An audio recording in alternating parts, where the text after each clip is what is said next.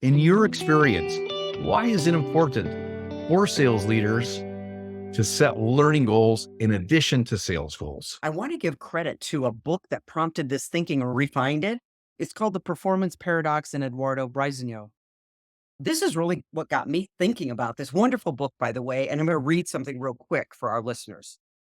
It said the strongest organizations are learning organizations. Their structures and systems make the development of their people, now listen to this, the everyday default, which makes them agile, resilient, and impactful. It goes on to talk about how at one time Microsoft, a very successful organization, was a know-it-all organization versus a learning organization. Let me go back to your question because I wanted to give that resource and kind of credit to what got my thinking that way.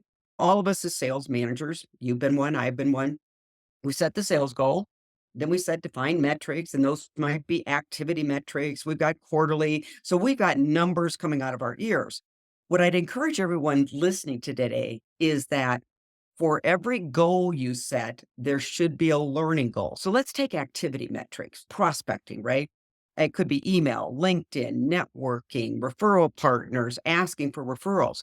We can set those leading indicators, but do your salespeople have the skills to execute those leading indicators? There is usually training behind that. I had a client last year, and it was really interesting. And I know you've had this in your work where the company's growing. And so they may have started out with hit your sales goal, go get them, right? Well, then as you grow, you've got to get more profitable, you've got to get more accountable. So they were making a lot of changes that year and they were introducing it at the sales meeting. So for each salesperson, they were going to have a new business development goal in addition to existing business goals, so landing and expanding, and then a goal around a specific program. You've got this new accountability, and often that's where it would stop. Now, to this company's credit, they recognized that they needed to give additional training in business development. For their industry, they brought in a social media expert. That's what their reps really needed to hone and find. Existing business. What they realized is a lot of their managers weren't that good at territory and account planning, which certainly then how could they teach that to their salespeople? So they brought in somebody to teach that. And then on the line of business, they realized that, okay, we've got to teach a new value proposition, new sales messaging.